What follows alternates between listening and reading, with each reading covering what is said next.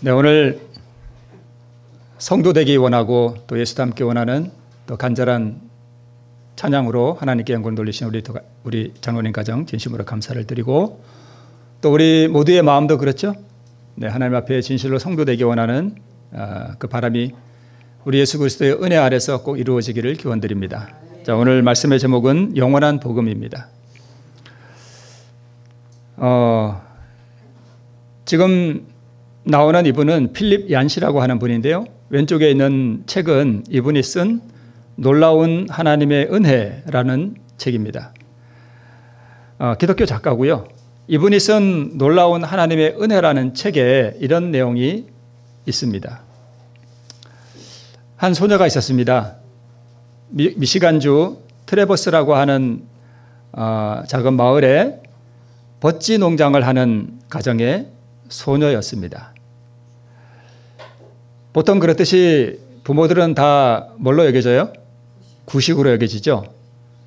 귀걸이를 왜 하냐, 립스틱을 왜 바르냐 이런 잔소리를 하는 것을 간섭으로 여기고 또 반항할 때마다 외출 금지령이 내렸습니다. 보통 아이들이 이런 거 싫어하죠. 그래서 폭력과 마약 또 갱단의 도시라고 하는 디트로이트로 가출을 시도했습니다. 디트로이트로 자기 부모가 설마 자기를 찾아오랴 하는 마음으로 디트로이트라는 그 큰 도시에서 아주 큰 차를 타는 남자를 만나서 세상의 재미에 빠져들었습니다. 가출한 소녀가 뭘로 돈 벌지는 여러분 다 아시죠? 네. 많은 남자들을 만났고 괜찮은 수입이 있었습니다. 그리고 좋은 집에서 살게 됐습니다. 어느 날 우유팩 뒤에 사람을 찾습니다 하는 광고와 함께 자기 사진이 거기 걸려 있는 것입니다. 비록 조금 놀라기는 했지만 뭐 이까짓 거 하고 그냥 무시해 버렸습니다. 1년이 지나고 이 소녀에게 병색이 찾아왔습니다. 그리고 큰 차를 타는 남자가 이 소녀를 버렸습니다.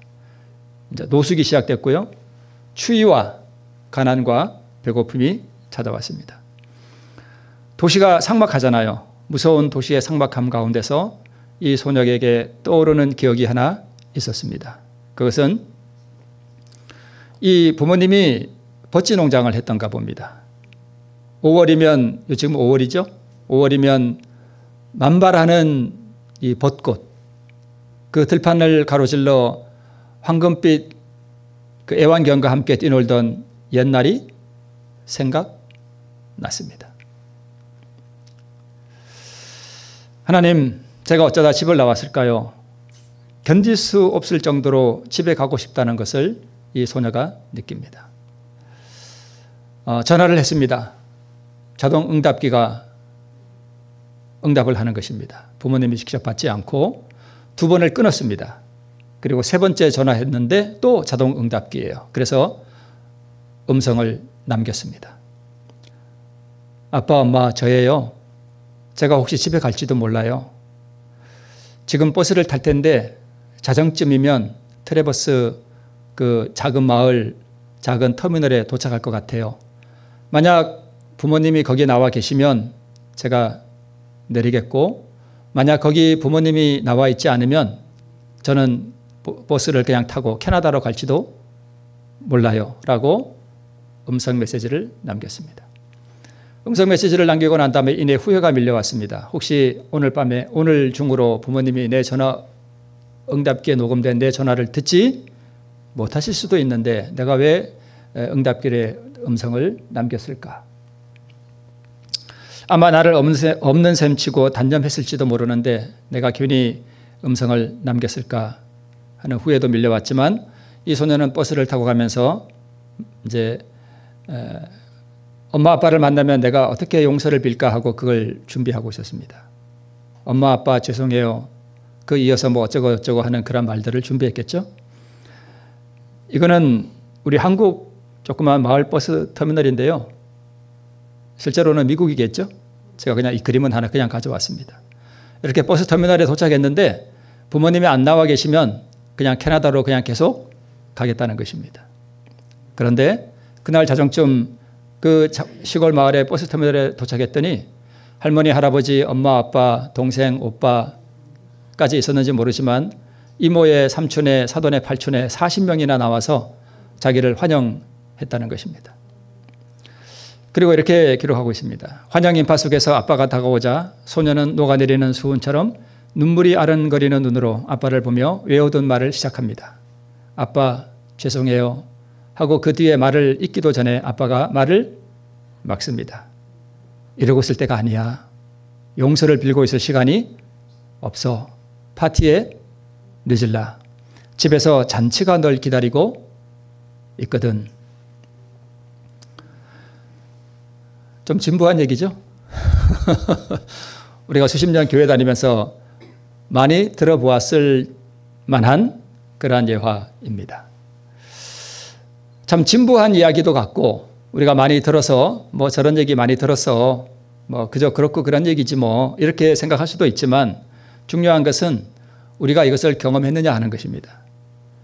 우리를 은혜로 맞아주시는 아버지의 그 뜨거운 사랑과 내가 아버지께 잘못했노라고 말하기도 전에 나를 잔치에 초대해 주시고 나를 품어주시는 그 영원한 아버지의 은혜를 우리가 한 번쯤은 경험해 보았느냐 하는 것이 더 중요하겠습니다. 이 이야기를 아느냐 모르느냐가 중요한 것이 아니라 정말 나는 아버지의 그 은혜를 어머니의 그 따뜻한 가슴을 느껴보았느냐 하는가가 더 중요하겠죠. 이게 성경에 나오는 이야기하고 똑같죠? 그죠? 오늘 본문의 말씀이기도 합니다.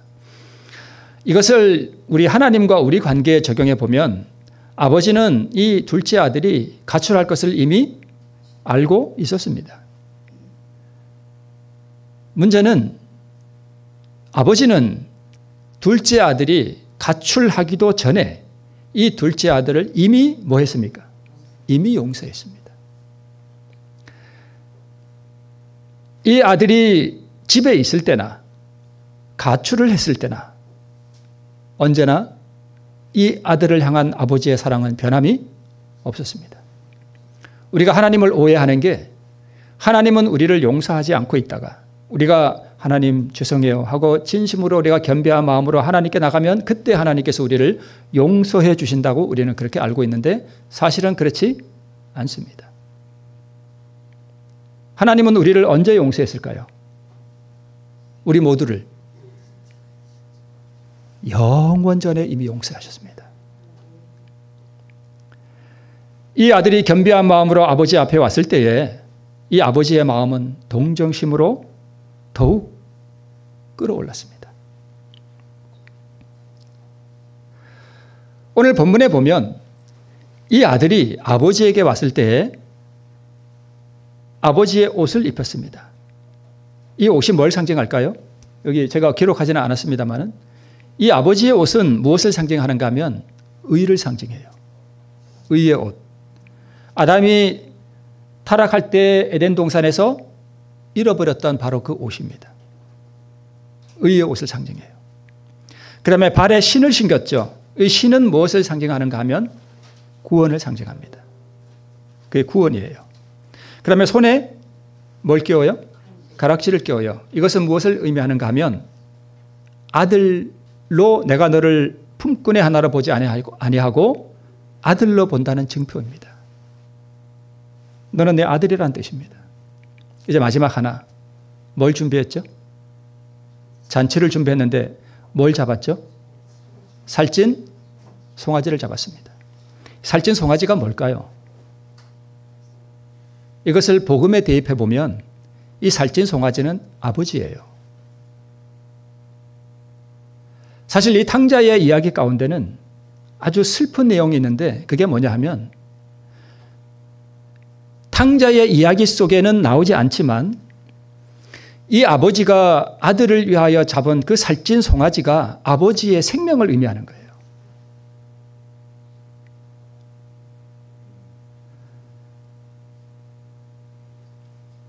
이 아버지가 아들에게 준 그 옷, 신발, 가락지 이것들은 다 구원을 상징하는 것입니다. 그런데 복음이라고 하는 것은 여러분 죄라고 하는 것은 반드시 대가를 지불하게 되어 있습니다. 그냥 용서라는 것은 없어요. 반드시 누군가가 그 죄의 값을 지불해야 되는데 그 죄의 값이 뭐예요? 죽음이에요. 반드시 죽음으로만 용서가 돼요. 그래서 누가 죽은 거예요? 아버지가 죽은 거예요. 그래서 우리를 용서해 주시는 거예요. 죽음 없는 용서는 없고 피 흘림이 없이는 용서가 없습니다. 그 살찐 송아지가 바로 아버지의 생명을 의미하는 것이었습니다. 자, 태초전에 영원한 복음이 하나님들 안에서 비밀로 계획되었습니다. 영원 후에 인류가 타락할 것을 하나님께서는 아시고 그 중에 신성의 제2위 되시는 예수님께서 대속의 희생 제물이 되실 것을 약속하셨습니다. 그때 이미 인류는 예수 그리스도 안에서 뭐가 된 거예요? 용서된 것입니다. 이 영원한 복음이 언제 발표됐는가 하면 이 영원한 복음은 이것을 영원한 복음이라고 하는데 이 영원한 복음은 아버지 하나님, 아들 하나님, 성령 하나님 외에는 이 우주에 어떤 누구도 알 수 없었습니다. 발표가 안 되었고 세 분 하나님 안에 비밀로 간직되었던 것입니다. 그런데 이 준비된 복음이 언제 발표가 되었는가 하면 아담과 하와가 타락하고 난 다음에 바로 이 영원전에 하나님들 안에서 계획되고 수립되었던 이 영원한 복음이 나타났습니다. 그리고 십자가에서 이 영원한 복음이 완성이라 그러면 조금 뭐한데 완성되었다고 말해도 상관은 없습니다. 완성되었고 이것이 선물로 이 영원한 복음이 준비되었습니다. 지금은 시험하는 진리로서 모든 이에게 제시되고 있고요. 은혜의 시기 끝에 각 사람의 선택이 다 완료되며 영원히 의인들에게서 완성되어 나가는 것이 바로 영원한 복음입니다. 용서는 이미 태초전에 이루어졌고 에덴에서 용서하시는 사랑이 발표되었고 십자가에서 이루어졌고 용서하신 이 사랑은 영원토록 구원받은 이들에게 계시됩니다. 우리 자세하게 조금 더 보겠습니다.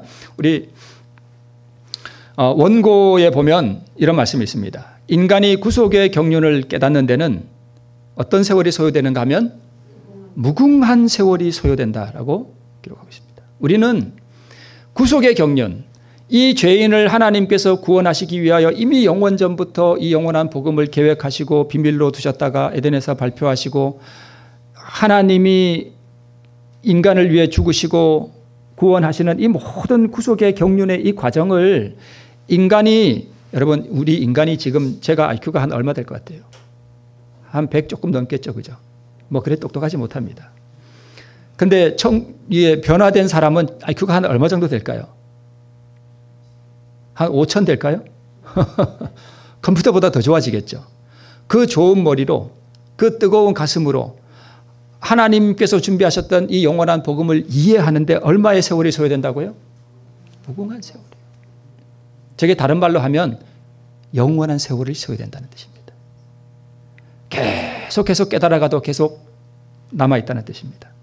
우리 전에 한번 보았던 말씀 다시 한번 볼게요.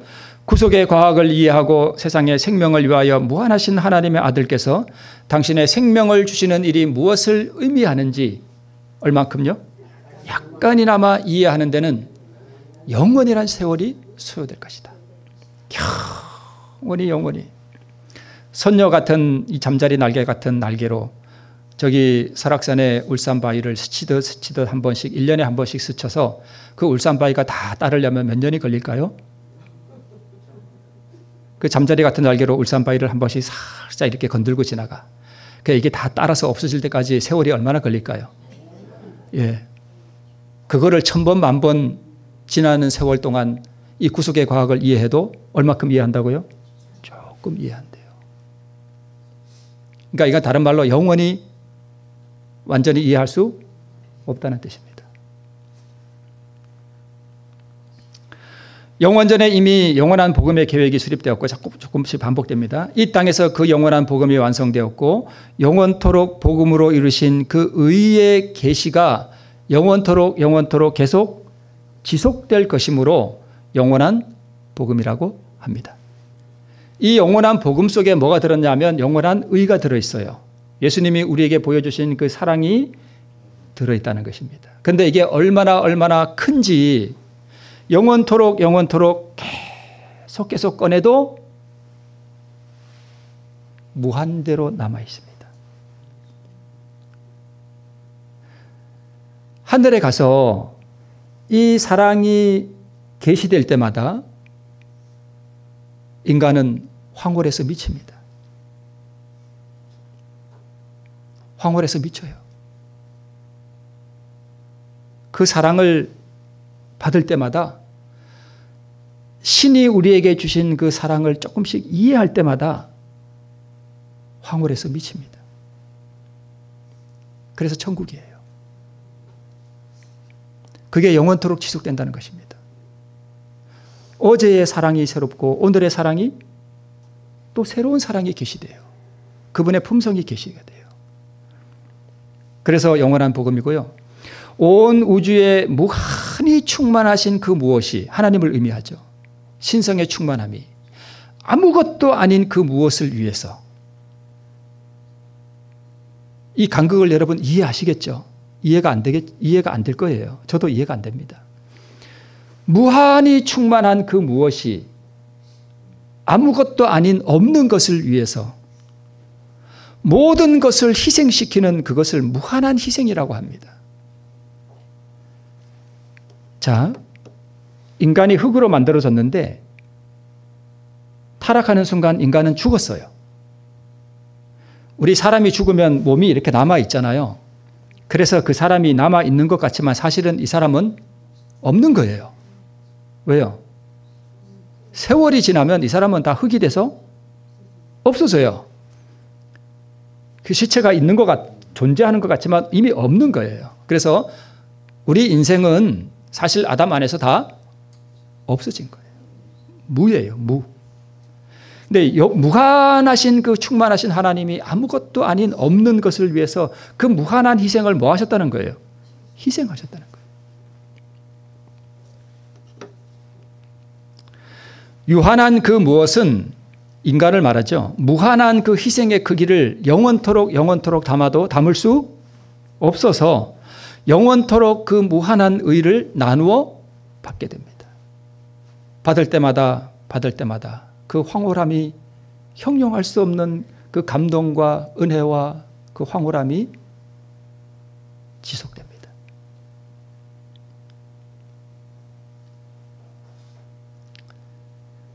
저는 이 황홀함이 무엇인지 털끝만큼 살짝 봤습니다. 그 거룩한 황홀감, 이 세상과는 전혀 차원이 다른 어떤 그 황홀함, 그런 것입니다. 이것을 영원한 복음, 영원한 의라고 합니다. 그래서 우리 다니엘 9장 24절에 보면 내 백성과 내 거룩한 성을 위하여 70일에로 기한을 정하였나니 허물이 마치며 죄가 끝나며 죄악이 영속되며 뭐가 드러나요? 영원한 의. 이게 왜 영원한 의인가 하면 이 의를 영원토록 의인이 나누어 받아도 그 의가 영원토록 무한대로 남아있다는 뜻입니다. 그래서 영원한 의예요. 영원한 의가 드러나며 이상과 예언이 응하며 또 지극히 거룩한 자가 기름 부음을 받으리라. 그래서 로마서 1장 17절에 복음에는 뭐가 나타났다고요? 하나님의 의가 나타났다고요. 인생을 향한 하나님의 그 무한한 사랑이 나타났다는 뜻입니다. 죄가 끝나며 이것은 그냥 자, 이 무한한 희생을 통해 나타난 그리스도의 충만한 이 의는 그것을 받은 사람들과 그 의를 완성하시는 그리스도의 그 신의 성품을 목격한 모든 우주의 거민들에게 두 번 다시는 죄가 반복되지 않도록 하는 영원한 안전장치가 됩니다. 그래서 왜 영원한 복음인가 하면 두 번 다시 죄가 반복되지 않도록 죄를 영원히 다 뭐 해버렸다는 거예요? 끝내버린다는 뜻입니다. 그래서 영원한 복음이에요. 이 복음의 능력이 영원토록 지속된다는 것입니다. 죄가 두 번 다시 이 우주에 들어오지 않는다는 뜻입니다. 그래서 영원한 복음이에요. 무엇이 그렇게 만드는가 하면 영원한 의가 그렇게 만든다는 것입니다. 그래서 또 영원한 복음이라는 뜻은 죄인을 위해 치르신 무한한 희생의 복음 가운데 무한한 의가 들어있기 때문이며 이 무한한 의는 영원토록 계시될 것이기 때문에 이 이해할 수 없는 영원한 사랑, 그리스도 우리의 의를 소유한 사람을 일컬어 영원한 복음을 뭐한 자다? 가진 자라고 한다는 뜻입니다.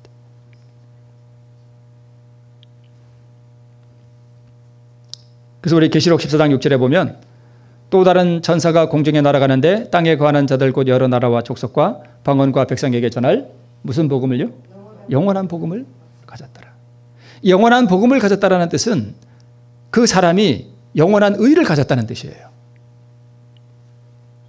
네. 자, 그러므로 영원한 복음을 가졌다라는 말씀의 의미는 영원한 의를 가졌다는 뜻이며 이 의는 예수 그리스도의 의로서 죄를 짓지 않는 품성을 의미하며 영원토록 죄를 짓지 않는 품성을 소유하게 되었다는 의미입니다. 즉 영원토록 죄를 지을 수 없는 완전한 품성인 그리스도의 의를 가졌기 때문입니다. 어떤 분은 우리가 자아 포기가 그냥 흉내만 내는 것이지 그거는 자아 포기는 지금 안 된다. 그래서 특별히 이제 마지막 때에 한꺼번에 이게 어떻게 된다라고 말씀하는 분이 있는데 그렇지 않습니다. 복음을 가진 사람들은 이미 그 영원한 의를 뭐한 사람들이에요? 소유한 사람들이에요. 이 정로의 계단에도 보면 이 영원한 의는 우리가 우리 자신을 주님께 헌신하고 드릴 때 우리에게 전가시켜 주시는 것으로 나와 있습니다. 환난의 때가 되기 전에 그렇다는 것입니다. 이 의를 받은 사람들이 영원토록 죄를 지을 수 없게 만드는 능력의 복음이라는 뜻입니다. 그래서 영원한 복음이라는 뜻이에요. 죄를 전혀 지을 수 없는 신의 완전한 의를 소유했다는 뜻인데 이 성품은 은혜의 시기가 끝날 때 뭐가 돼요? 완성됩니다. 그래서 은혜의 시기 전에 우리는 이 영원한 복음, 영원한 의를 내 것으로 소유해야 됩니다. 그래서 우리는 지금 사실 집을 짓고 있는 과정이지 아직 집을 완성한 사람은 없어요. 그래서 우리가 각자가 서로 보면 서로 부족한 부분이 보입니다. 그래서 이 성화의 과정을 살아가는 사람들은 우리가 서로 다 부족하기 때문에 다른 사람의 허물이나 자기의 부족한 부분을 바라보지 아니하고 예수 그리스도의 그 완전한 성품을 바라보는 사람들이 바로 성화의 경험을 살아가는 사람들임을 우리가 알 수 있습니다. 이 영원한 복음은 바로 믿음으로 말미암는 의, 즉 그리스도가 우리의 의가 되신다는 기별 가운데 나타나는 것입니다. 이 영원한 의가 은혜로 우리에게 주어집니다. 그래서 탕자의 이 비유 가운데 나타난 이 아들이 사실 이 아버지에게 와서 다시 아들이 되고 또 옛날에 그 복된 생애로 돌아가는 것은 오직 아버지의 뭐에 의지했기 때문이에요? 은혜에 의지했기 때문입니다. 사실 탕자의 이 비유의 핵심은 은혜입니다. 은혜. 아들이 한 게 뭐 있죠? 아무것도 없습니다. 뭐밖에 한 게 없어요? 죄밖에 없습니다. 잘한 것 딱 하나 있어요. 뭐죠? 돌아왔다는 거. 은혜의 의지에 돌아왔다는 거. 네.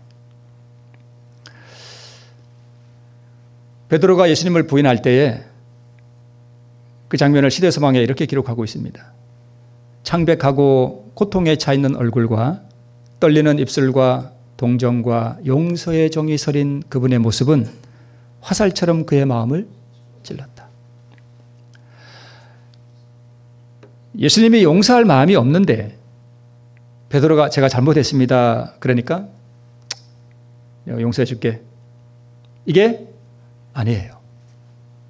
베드로가 예수님을 부인하고 있는 그 순간에도 예수님의 얼굴에는 베드로를 향한 용서의 정이 가득 담긴 얼굴로 그를 바라보고 있었습니다.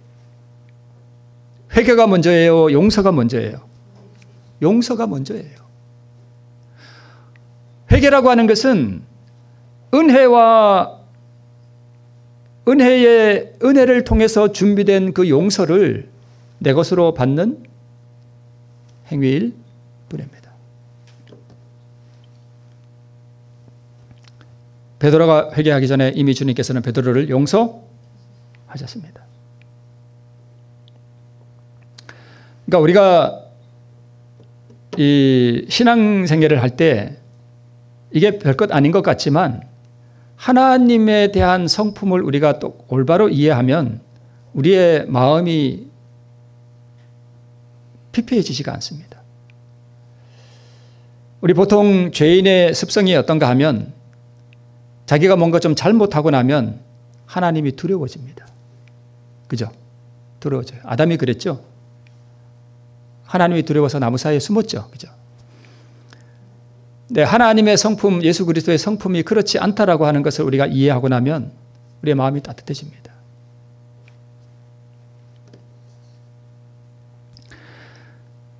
베드로에게 회개를 일으킨 것은 바로 그가 회개하기 전에 베드로에게 보인 예수님의 얼굴이었습니다. 그것이 그를 회개하게 만들었습니다.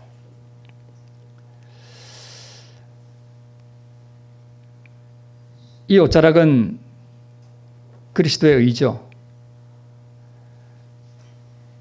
혈루증 앓던 이 여인이 예수님의 옷자락을 만졌을 때에 그때에 예수님께서 치유하는 능력을 준비해서 주신 게 아니라 이미 이 여인이 옷자락을 만지기 전에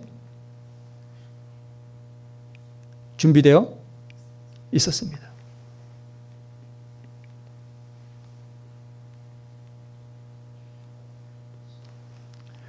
회개하면 용서하는 것이 아니라 회개하기 전에 이미 용서해 놓은 그분의 은혜, 그 영원한 의를 은혜에 의지하여 통회하는 마음으로 오는 이에게 선물로 주십니다.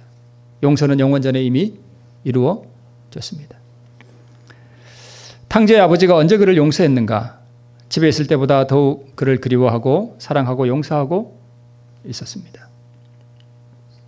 그래서 우리가 지금은 저 자신도 그렇고 이 영원한 하나님의 사랑과 이 의를 이해하는 데 상당히 불리한 그런 여건 가운데서 우리가 지금 살고 있습니다. 하늘의 그 밝은 빛 가운데서 우리가 영원토록 우리 예수님이 우리를 향하신 그 의를 우리가 날마다 새롭게 계시로 우리가 받고 살 때 우리가 얼마나 그 영광 가운데 살아갈 것인지를 우리가 미래의 그 생활을 내다보는 것도 참 우리 지금 이 세상 가운데 사는 우리에게 참 요긴한 일이라고 하는 그러한 생각이 듭니다.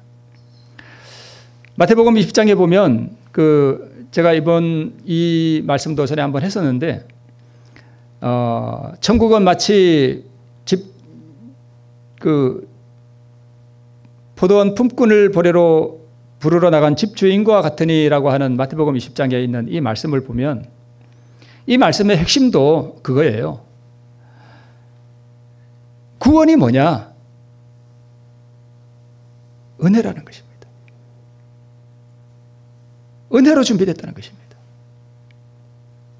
왜 그런가 하면 제11시가 지금 한국 시간으로 지금 현대 시간으로 몇 시인가 하면 오후 5시예요. 유대 시간으로 제11시에도 나가보니 섰는 사람들이 또 있는지라. 가로되 너희는 어찌하여 종일토록 놀고 여기 섰느냐. 가로되 우리를 품꾼으로 쓰는 이가 없음이니이다. 여기 대답을 이게 놀고 섰는 사람들이 이렇게 대답합니다. 가로되 우리를 품꾼으로 쓰는 이가 없음이니이다. 이렇게 말했습니다. 왜 이 사람들은 품꾼으로 불려가지 못했을까요? 내가 만약에 요즘 한참 우리 밭에 일하죠. 그러면 예를 들어서 우리 주천 장터에 인력 시장이 있어서 이렇게 사람들이 많이 와 있다고 생각해 봅시다. 그럼 내가 밭에 오늘 2,000평에 오늘 옥수수를 심어야 되는데 일꾼 10명이 필요해요. 그럼 가서 이렇게 돌아볼 때 누구 뽑겠어요? 일 잘하게 생긴 사람 뽑겠죠? 비리비리 한 사람 뽑는 게 아니라 이렇게 삐쩍 말라가지고 이렇게 웅크려가지고 이리 서 있는 사람 누가 뽑아가겠어요? 우리가 좀 등치도 있고 일 잘하게 생긴 사람 다 뽑아가겠죠. 그러면 박서방네가 10명 뽑아가고 저쪽에 김서방 내가 20명 뽑아가고 또 누가 와서 30명 뽑아가고 5시까지 놀고 사는 사람들은 뭐한 사람들이에요? 좀 표현하기가 그렇습니다만 찌끄레기가 남은 거예요. 찌끄레기. 일도 못하게 생기고 비리비리하고 삐쩍 말라가지고 아침이나 먹고 나왔는지 이 사람은 아침은 먹고 나왔겠지만 점심을 먹었을까요? 못 먹었을까요? 점심 못 먹었어요. 일도 안 불러주는데 어디서 돈이 있다고 와서 뭐 사 먹겠어요. 그러니까 하루 종일 뭐 하고 있는 거예요? 굶고 거기 서 있는 거예요. 그러니까 이 사람을 이 주인이 불렀다는 뜻은 이 사람을 데려다가 1시간 일시키려고 하는 게 아니라 보니까 이 집주인이 보니까 이 섰는 사람이 뭐해요? 불쌍해. 불쌍해. 저 사람 오늘 집에 들어가면 집에 들어갈 때 돈도 안 벌고 그냥 빈주머니에 들어가면 애들이 굶어야 되잖아요. 지금 시대에는 우리가 쌀을 이렇게 놓고 먹지만은 그 당시에는 하루 벌어 하루 사는 사람들이에요. 그죠? 그러니까 오늘 못 벌면 이 사람은 굶어야 되고 가족도 다 굶어야 돼요. 그러니까 이 집주인은 이 사람에게 일 시키려고 하는 뜻이 없어요. 뭐 주려고 그러는 거예요? 돈 주려고 그래요. 돈 주려고. 품삯 주려고. 그거 주려고 부른 거예요. 그러니까 이 집주인은 이 사람이 와서 일을 얼마나 잘하냐 이거에 관심이 없습니다. 그래서 한 데나리온 준 거예요. 하루 품삯 준 것입니다. 그래서 이 비유의 핵심은 그거예요. 은혜입니다. 은혜로 우리에게 준비된 이 영원한 복음, 그리스도 우리의 의라고 하는 그것을 우리에게 선물로 주시는데 그래서 어떤 의미에서는 우리가 하나님 앞에 좀 비리비리해야 됩니다. 하나님 앞에 잘난 체 하는 사람은 하나님께서 은혜를 안 주신다고 하기는 그렇고, 그죠? 좀 표현이 뭐라고 떠오르진 않는데, 하나님 앞에 비리비리 해야 된다는 뜻은 뭐냐 하면, 저는 아무것도 아닙니다. 저는 아무것도 아닙니다. 나는 죄인일 뿐입니다. 세리의 기도가 그렇잖아요. 하나님 앞에 얼굴을 들 수 없었습니다. 그래서 고개를 숙이고 하나님이여 나를 불쌍히 여기소서. 나는 죄인으로소이다. 그런 사람들에게 하나님께서 주시는 게 바로 영원한 의라는 것입니다. 영원한 복음. 그래서 우리가 하나님 앞에 내가 이것도 하고 저것도 하고 내가 이것도 하고 저것도 했으니까 하나님께서 나에게 선물을 주시겠지? 이런 정신을 품는 것이 바로 품꾼의 정신입니다. 그걸 자기의 의라고 합니다. 1시간만 일한 품꾼은 은혜로 받는 구원을 표상하는 것입니다. 아침에 온 일꾼은 자기 공로와 자기의 의를 의지하는 사람을 표상해요. 우리 모두는 사실 가출한 소녀입니다. 문제는 이것입니다. 첫째는 우리가 벚꽃이 흐드러지게 피는 고향을 그리워하는가 하는 문제입니다. 우리가 정말 갈망하고 있는가? 많은 그리스도인들이 사실은 이 소녀처럼 고향에 돌아가고 싶은 마음이 별로 없습니다. 그냥 오늘 사실 그렇잖아요. 그죠? 여러분도 인정하시죠? 그리스도인이라고 하는 많은 분들이 돈 버는 일에 더 관심이 많고 뭐 더 표현하기 그렇습니다만은 다 그렇습니다. 그래서 정말 가난한 심령으로 벚꽃이 흐드러지게 피는 그 고향, 즉 다른 표현으로 하면 아버지의 그 영원한 사랑을 그 영원한 은혜에 의지하고자 하는 그러한 그리움이 우리에게 있는가 하는 부분입니다. 아버지의 사랑. 둘째는 고향에 돌아가기로 의지를 굴복시키는가 하는 부분입니다. 셋째는 고향에 돌아가는 일은 사실 매일 일어나야 한다는 사실을 우리는 망각해서는 안 된다고 하는 사실을 우리가 깨닫게 됩니다. 넷째는 길거리의 삶에서의 절망을 알 때 그래서 때로 하나님께서 우리에게 저 고향으로 돌아가고자 하는 마음을 주시기 위해서 우리의 삶에 고난을 주시기도 합니다. 그래서 이 넷째는 우리로 하여금 첫째로 돌아가서 우리가 벚꽃이 흐드러지게 피는 고향을 그리워하도록 하는 하나님의 은혜라고 하는 사실을 우리가 이해하게 됩니다. 영원한 복음을 조금 요약해 보면 영원 전부터 시작되었고 영원까지 지속되는 복음이기 때문에 우리가 영원한 복음이고 영원토록 죄가 반복되지 않도록 하는 복음이기 때문에 이것이 영원한 복음이고요. 믿는 자의 속에서 영원히 죄가 그치게 하는 복음이기 때문에 영원한 복음이에요. 둘째나 셋째나 같은 말이긴 한데, 그리고 영원한 의 그 자체인 복음이기 때문에 이 영원한 의를 통해서 영원히 우주에서 죄를 그치게 하는 복음이기 때문에 영원한 복음입니다. 그리고 하나님의 성품을 예수 그리스도의 의를 통해 완전히 드러낸 복음이기 때문에 영원한 복음이라고 하는데, 이 영원한 복음을 그래서 다른 표현으로는 완전한 복음이라고도 말할 수 있습니다. 죄를 지을 수 없는 신의 성품을 소유하게 하는 복음이 바로 영원한 복음입니다. 그래서 지금 우리는 이 성화의 과정을 통해서 죄를 지을 수 없는 신의 성품으로 고정되느냐, 그렇지 못하느냐에 대한 하나의 시험을 우리는 지금 통과하고 있습니다. 이것을 통과하면서 날마다 그리스도의 성품을 닮아가느냐, 그렇지 않느냐 하는 우리는 이 시험하는 진리를 우리는 매일 제시받고 있는 것입니다. 사실 한 문둥병자가 예수님께 나와서 고침을 받은 이것은 한 죄인이 죄의 짐을 지고 은혜 앞에 나온 죄인을 상징하는 것이고, 38년 된 베데스다의 중풍병자도 38년 동안 죄에 방종한 죄인, 38년 동안 가출한 탕자를 상징하는 것이고요. 혈루병 여인도 마찬가지로 12년 된 죄인을 상징합니다. 여기서 12년이 꼭 12년이 아니라 12년은 완전수로서 인생의 한 평생을 상징하기도 합니다. 소경, 김보거리 다 무엇을 상징하는가 하면 우리의 죄를 상징하는 것들입니다. 한 강도도 마찬가지죠. 은혜에 의지하여 주 앞에 나왔다는 것, 이 모든 사람들이 은혜에 의지하여 주 앞에 나왔다는 것. 두 번째, 죄에 대하여 추궁하지 않고 치유하시는 은총을 베풀어 주셨다는 것입니다. 성경의 기록에 보면 어떠한 사람도 예수님 앞에 나왔을 때 너 왜 그렇게 죄를 지었냐라고 나무라는 기록이 한 번도 없습니다. 한 번도 없습니다. 예수님 앞에 나오면 그 사람들은 이미 나올 때에 자기의 마음이 이미 겸비한 상태예요. 그래서 우리 주님께서는 우리가 얼마나 깊이 타락했는지를 보여주시기 위해서 우리의 죄를 반복해서 말씀하시지 않으신다는 것입니다. 우리 증언보감에 이런 말씀이 있습니다. 그는 아들이 먼 거리를 걸어 자신에게 오기까지 기다리지 않고 오히려 그를 맞이하기 위하여 바삐 나아갔다. 그는 아들을 책망하지 아니하고 그 아들이 죄된 행동으로 인하여 많은 고난을 당하였으므로 가장 부드러운 동정과 사랑으로 아들에게 그의 사랑의 증거와 용서의 표징을 나타내는 일을 서둘렀다.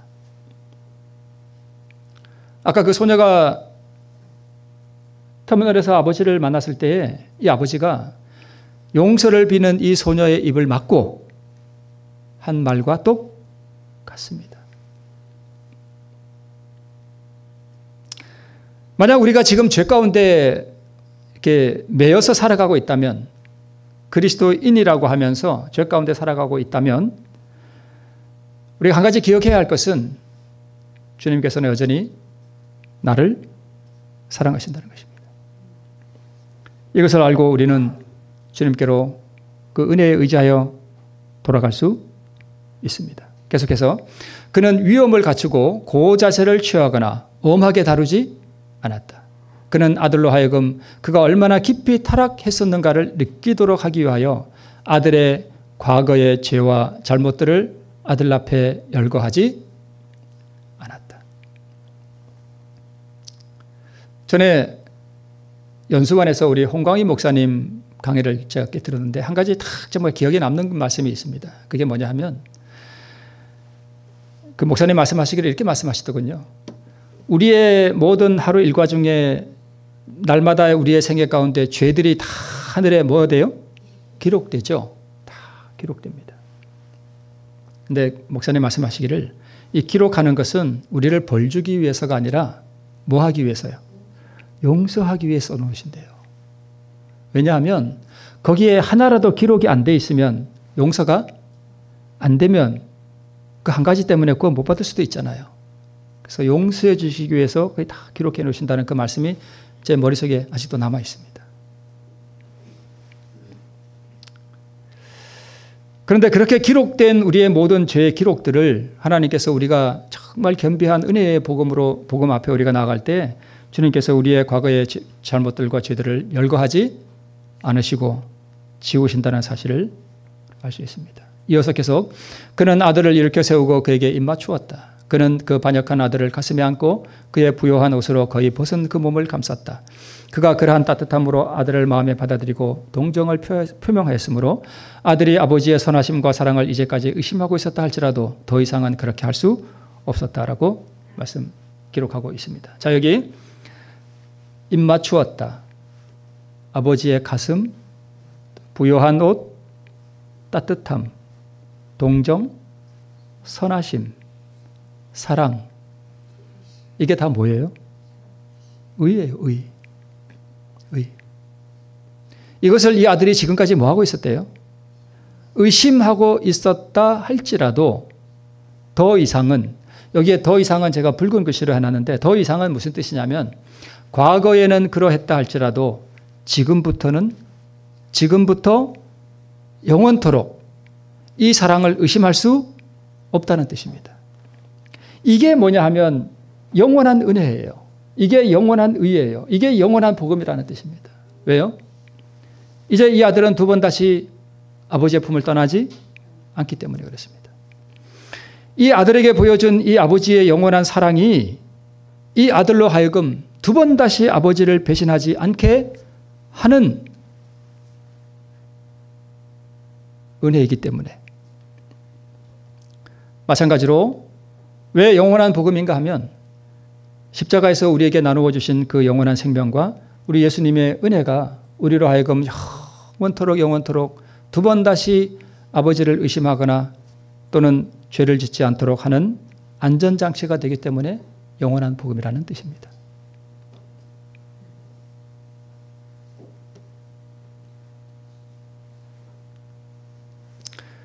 영원한 복음이란 한없는 은혜가 영원히 죄를 짓지 않게 하는 복음, 영원히 두 번 다시 죄를 짓지 않게 하는 이 능력을 영원한 의라 하는데 십자가에서 나타났으며 의인들은 영원토록 이 황홀한 의를 나누어 받습니다. 이 영원한 복음이 은혜로 주어진 복음입니다. 그래서 영원한 복음입니다. 자, 이제 이거 읽고 마치겠습니다. 우리는 미래의 생활의 영광을 그릴 수도 없고 색칠할 수도 없다. 우리 하늘을 그린 그림들이 있죠. 천국.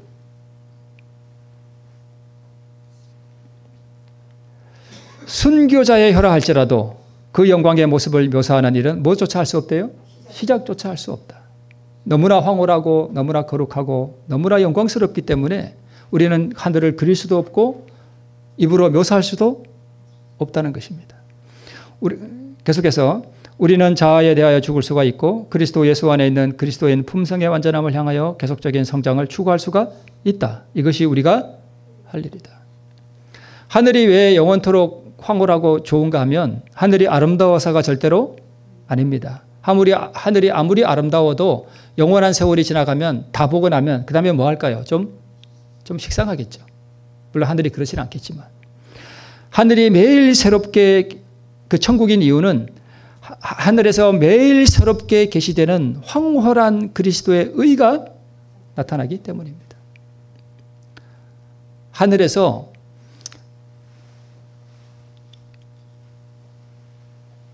예를 들어서 예수님이 저 다른 은하에 가셨다가 오늘 이 지구로 돌아오시는 날이 되어서 예수님이 예를 들어서 구름을 타고 이 지구로 이렇게 와서 이렇게 내려오시는 모습을 이렇게 우리가 구원받은 사람들이 보잖아요. 조금 못한 표현으로 황홀해서 미쳐 죽습니다. 그 예수님의 모습을 볼 때마다 그 감동과 그 은혜는 우리가 형용할 수 없음이 분명합니다. 자, 우리 처음에 나왔던 말씀인데요. 환영 인파 속에서 아빠가 다가오자 소녀는 녹아내리는 수온처럼 눈물이 아른거리는 눈으로 아빠를 보며 요어든 말을 시작한다. 아빠 죄송해요. 아빠가 말을 막는다. 쉿, 이러고 있을 때가 아니야. 용서를 빌고 있을 시간이 없어. 파티에 늦을라. 집에서 잔치가 널 기다리고 있거든. 이게 탕자 이야기고요. 허물을 묻지 않고 이미 용서한 사랑, 이것을 의라 그러고 두 번 다시 집을 나가지 않게 하는 것, 이것을 영원한 사랑, 영원한 의, 영원한 복음이라고 말합니다. 우리는 어쩌면 진부하고 또 많이 들었을 법한 이러한 이야기이지만 우리는 이 이야기 가운데서 또 탕자의 이야기 가운데서 우리를 이미 용서하시고 우리에게 은혜의 복음, 그 영원한 의, 그것을 우리에게 주기를 기다리시고 오늘 우리가 정말 겸비한 마음으로 자기를 부인하고 자기를 내려놓고 나아오기를 원하는 우리 모두에게 정말 이것을 주기를 원하시는, 선물로 베풀기를 원하시는 우리 하나님 아버지 앞에 우리가 날마다 나아가서 이 영원한 의를 선물로 받고 아버지의 그 가슴 안에서 그 은혜 아래서 우리가 영원한 미래의 아름다운 복된 날을 위하여 나아가는 우리 모두가 되시기를 바라면서 말씀을 마치겠습니다.